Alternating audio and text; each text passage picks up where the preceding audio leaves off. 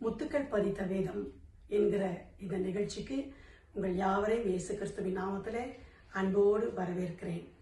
கர்த்தராகிய இயேசு கிறிஸ்து தாமே உங்கள் ஒவ்வொருவரையும் இன்றைக்கு ஆசீர்வதிப்பாராக. இந்த வேதம் முத்துக்களால் நிரம்பி இருக்கிறது. வேதத்திலே ஒவ்வொரு வசனங்களும் நமக்கு முத்துக்களாய் தேவாதி தேவன் நமக்கு கொடுத்திருக்கிறார். இன்றைக்கு நாம் பார்க்க போகிற ஒரு அத்தியாயம் என்னவென்றால், ஆதியாகமம் 5ஆம் அதிகாரம் 21ஆம் வசனம் முதல் 24 வரை வாசிக்கிறேன், கேளுங்கள். ஏனோக்கு 65 வயதான போது மெத்துசலாவை பெற்றான். ஏனோக்கு மெத்துசலாவை பெற்ற பின் 300 வருஷம் தேவனோடே சஞ்சரித்துக் கொண்டிருந்து குமாரரையும் குமாரத்திகளையும் பெற்றான். ஏனோக்குடைய நாளெல்லாம் 365 வருஷம். ஏனோக்கு தேவனோடே சஞ்சரித்துக் கொண்ட கையில் காணப்படாமல் போனான். தேவன் அவனை எடுத்துக்கொண்டார். இந்த வேதத்திலே 2 பேர் உயிரோடு பரலோகத்துக்கு எடுத்துக்கொள்ளப்பட்டவர்கள் என்று சொல்லப்படுகிறது. ஒன்று ஏனோக்கு, 2வது எலியா. ஏனோக்கு யார்? ஆதாமுக்கு 7ஆம் தலைமுறை என்று வேதம் சொல்லுகிறது. ஆதாமை தேவன் மண்ணினாலே உருவாக்கி தம்முடைய ஜீவ சுவாசத்தை ஊதினார். ஆதாமையும் ஏவாளையும் தம்முடைய சாயலாக படைத்தார் என்று வேதம் சொல்லுகிறது. தம்முடைய சாயலாக படைத்த பொழுது தேவன் என்ன செய்தார்? பகலின் குளிர்ச்சியான வேளையில வந்து ஏதேன் தோட்டத்திலே அவர்களோடு உலாவினார், அவர்களோடு பேசினார், அவர்களோடு பழகினார் என்று பார்க்கிறோம்.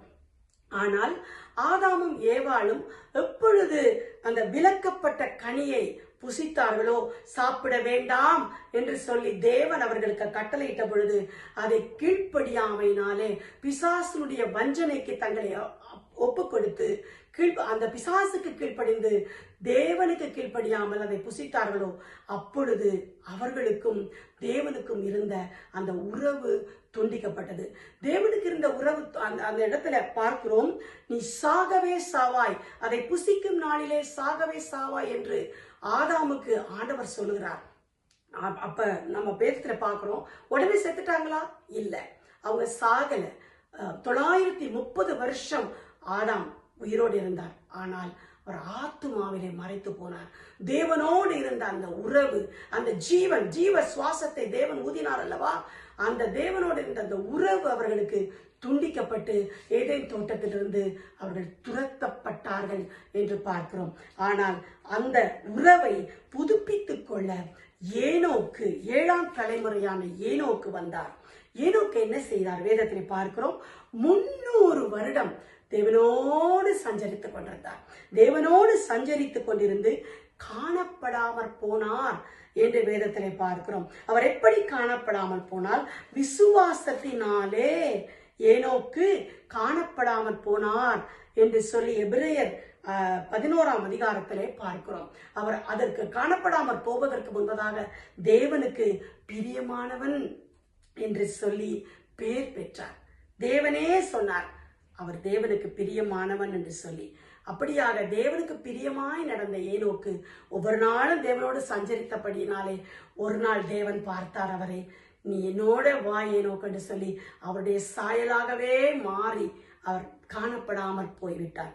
அது மாத்திரமல்ல, இந்த இடத்துல பார்க்கிறோம், ஏனோக்கு தேவனாலே எடுத்துக்கொள்ளப்பட்டார் என்று சொல்லி. நீங்கள் கேட்கலாம், இந்த புதிய ஏற்பாட்டு காலத்துல இந்த நூற்றாண்டிலே எப்படி இது நடக்கும் என்று சொல்லி. இந்த ஏனோக்கு யூதா நிருபத்திலே சொல்லுகிறார். யூதா அதிகாரம் 14ஆம் வசனம் 15ஆம் வசனம் சொல்லுகிறது, ஏனோக்கு இயேசுவின் 2ஆம் வருகையை முன்னறிவித்தார், நியாய தீர்ப்பை முன்னறிவித்தார். இயேசு கிறிஸ்து இந்த பூமிக்கு வந்த பிறகு பாலகனாக இந்த பூமியில வந்தார். உங்களுக்காக எனக்காக தம்முடைய ஜீவனையே சிலுவையிலே கொடுத்தார். சிலுவையிலே கொடுத்தவர் மரித்தது மாத்திரமல்ல, உயிரோடு 3ஆம் நாள் எழும்பி பரத்துக்கு எடுத்துக்கொள்ளப்பட்ட இயேசு கிறிஸ்து திரும்பவுமாய் 2ஆம் வருகையிலே திரும்பவும் வந்து உங்களையும் என்னையும் சேர்த்து கொள்ள போகிறார். அதை யூதா நிருபத்திலே ஏனோக்கு சொன்னதாக எழுதப்பட்டிருக்கிறது. இந்த எப்படி நாங்கள் ஏனோக்கை போல சஞ்சரிக்க முடியும்? பழைய ஏற்பாட்டிலே ஏனோக்கு தேவனோடு சஞ்சரித்தார். தேவனோடு சஞ்சரிப்பது என்றால் என்ன? அவரோடு பேசுவது, அவரோடு பழகுவது, அவருடைய சாயலை பெற்றுக்கொள்வது. நீங்கள் இந்த உலகத்திலே பார்க்கலாம், ஒரு கணவனும் மனைவியும் திருமணமான புதியிலே அவர்கள் வேற வேற நபர்களாய் இருப்பார்கள், வேற வேற ஆட்களாய், அவருடைய சுபாவங்கள் வேற இருக்கும், எல்லாம் வேற வேற இருக்கும். ஆனால் ஒரு சில வருடங்கள் ஆக ஆக ஆக இரண்டு பேரும் ஒருவரோடு ஒருவர் பழகி பழகி பழகி அவர்கள் பேச தொடங்கின பிறகு ஒருவருடைய சாயல் மற்றவர்களுக்குள்ளே வரும். ஒரு கணவன் மனைவிக்கு மாத்திரமல்ல, நண்பர்கள் பழகும் பொழுது யாரோடு நெருக்கமாக நாம் பழகிறோமோ அவர்களுடைய சாயல் நமக்குள்ளே, அவருடைய சுபாவங்கள் நமக்குள்ளே வர பார்க்கிறது. அதை விட மேலானது தேவாதி தேவனுடைய சுபாவம். தேவனோடு ஏனோக்கு பேசினார், பழகினார், அவரோடு சஞ்சரித்தார் என்று பார்க்கிறோம். புதிய ஏற்பாட்டில் எப்படி நாம் சஞ்சரிக்க முடியும்? தேவனோடு இசைந்திருக்கிறவன் அவரோடு ஒரே ஆவியாய் இருக்கிறான் என்று 1 கொரிந்தியர் 6:17 சொல்லப்படுகிறது. தேவனோடு இசைந்திருப்பதென்றால் என்ன? இயேசு கிறிஸ்து இந்த மாம்சத்திலே நமக்காக வெளிப்பட்டார். அந்த வெளிப்பட்ட இயேசு கிறிஸ்து அவருடைய சாயல் என்ன? அவர் சாந்தமும் மனத்தாழ்மையுமாய் இருக்கிறேன், என்னிடத்தில் கற்றுக்கொள்ளுங்கள் என்று சொல்லுகிறார். அவர் நீடிய பொறுமை உள்ளவர் என்று வேதம் சொல்லுகிறது. இயேசு கிறிஸ்துவனுடைய சாயல் நமக்குள்ளே வர வேண்டும் என்றால் இயேசு கிறிஸ்து எப்படி இருக்கிறார்? வேதம் சொல்லுகிறது, அந்த வார்த்தை மாம்சமாகி கிருபையினாலும் சத்தியத்தினாலும் நிறைந்தவராய் நமக்குள்ளே வாசம் பண்ணினார். அந்த நமக்குள்ளே வாசம் பண்ணுகிற இயேசு கிறிஸ்து வேத வார்த்தை கூடாக நம்மோடு பேசுகிறார். அவர்தான் வார்த்தை. இந்த வார்த்தையை நாம் அனுதினமும் வாசிக்கும் பொழுது, ஒவ்வொரு நாளும் வேத வசனத்துக்குள்ளே போகும் பொழுது அவருடைய சாயல் நமக்குள்ளே வருகிறது. நாம் அவருடனே கூட ஒரே ஆவியாய் இருக்கிறோம் என்று வேதம் சொல்லுகிறது. அது மாத்திரமல்ல, அவருடனே ஒரே ஆவியாய் இருக்கிறவன் என்ன செய்ய முடியும்? அவருக்கு பிரியமானதை நாம் செய்ய வேண்டும். தேவனுக்கு பிரியமானவன் என்று ஏனோக்கு பேரெடுத்ததாய் பார்க்கிறோம். தேவனுக்கு பிரியமாய் எப்படி பேரெடுக்க முடியும்? அவருக்கு பிடித்தமானதை செய்ய வேண்டும். அவருக்கு என்ன பிடிக்கும்? ஒருவன் உலகத்தில் அன்பு கூர்ந்தால் அவனுக்கு பிதாவினிடத்தில் அன்பு இல்லை என்று வேதம் சொல்லுகிறது. உலக சிநேகம் தேவனுக்கு விரோதமான பகை. உலகத்தின் காரியங்களை நாம் நேசித்தோமானால் இயேசு கிறிஸ்துவின் அந்த அன்பிலே பூரணப்பட முடியாது. ஆகவே நாம் என்ன செய்ய வேண்டும்? இயேசு கிறிஸ்துவோடு இணைந்து அவருடைய அன்பிலே நாம் நடக்க நடக்க நடக்க நமக்குள்ளே இருக்கிற மாம்ச சுபாவங்கள், அந்த ஆதாமின் சுபாவங்கள், அந்த மண்ணுக்குரிய சுபாவங்கள் ஒவ்வொரு நாளும் நம்மை விட்டு கடந்து போகும். இயேசுவோடு பழக பழக பழக பழக அவருடைய சாயல் நமக்குள்ளே வரும் என்று வேதம் சொல்கிறது. அவருடைய சாயல் வரும் பொழுது என்ன நடக்கும்? கிறிஸ்துவுடனே இசைந்திருக்கிறவன் அவருடனே ஒரே ஆவியாய் இருக்கிறான். அவருடைய ஒரே ஆவியாய் இருக்கும் பொழுது அவருடைய சாயலை நாம் இந்த பூமிக்கு வெளிப்படுத்தும்படியாய் வேதம் சொல்லுகிறது. நீங்கள் பூமிக்கு உப்பாய் இருக்கிறீர்கள், நீங்கள் பூமிக்கு வெளிச்சமாய் இருக்கிறீர்கள் என்று இயேசு கிறிஸ்து சொல்லுகிறார். நாம் ஒளி இருக்கிறது போல அவரோடு நாம் நடந்தால் என்ன செய்வோம்? ஐக்கியப்படுவோம் என்று சொல்லி யோவான் 1 சொல்லப்பட்டிருக்கிறது. அவரோடு கூட நாம் ஒளியிலே நடக்கும் பொழுது அவருடைய சாயல் நமக்குள்ளே வரும். ஒவ்வொரு நாளும் அவருடைய சாயலை, அன்பை பெற்றுக்கொள்ளும் பொழுது, பரிசுத்தத்தை பெற்றுக்கொள்ளும் பொழுது, பொறுமையை பெற்றுக்கொள்ளும் பொழுது, நீடிய சாந்தத்தை பெற்றுக்கொள்ளும் பொழுது, தாழ்மையை பெற்றுக்கொள்ளும் பொழுது அவருடைய சாயல் நம் மூலமாக மற்றவர்களுக்கும் கடந்து போகும். மற்றவர்களையும் நாம் ஆண்டவருடைய அந்த அன்புக்குள்ளே கொண்டு வருவதற்கு தேவ ஆவியானவர் நமக்குள்ளே வாசம் பண்ணுகிற அந்த தேவ ஆவியானவர் நமக்கு உதவி செய்வார்.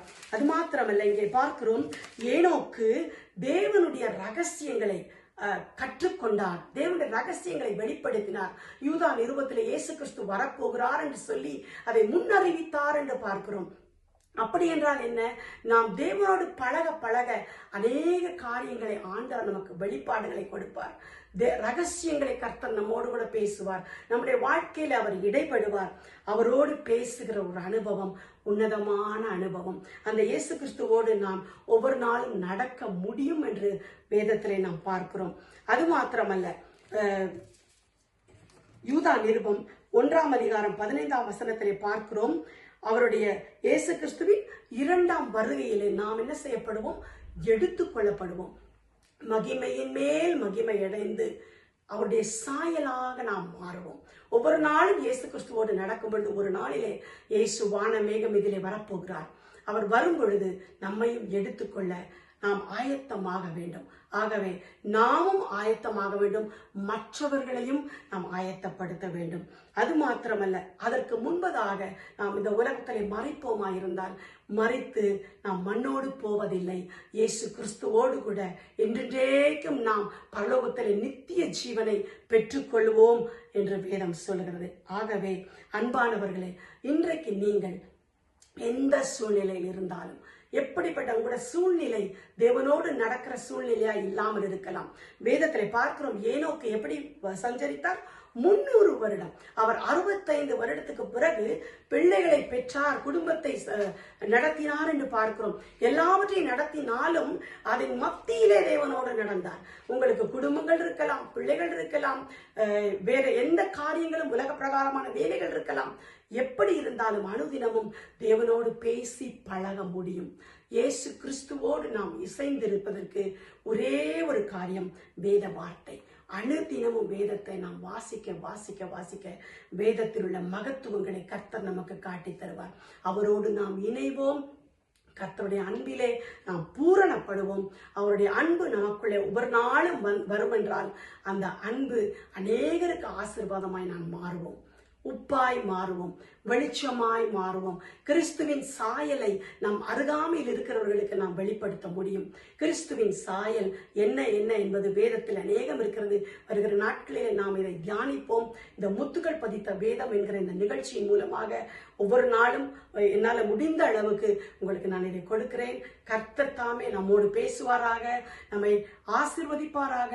உங்களுடைய தேவைகள் அத்தனையும் சந்திக்கும்படி நாங்கள் ஜெபத்திலே உங்களை தாங்குகிறோம். கர்த்தர் தாமே உங்களை ஆசீர்வதிப்பாராக.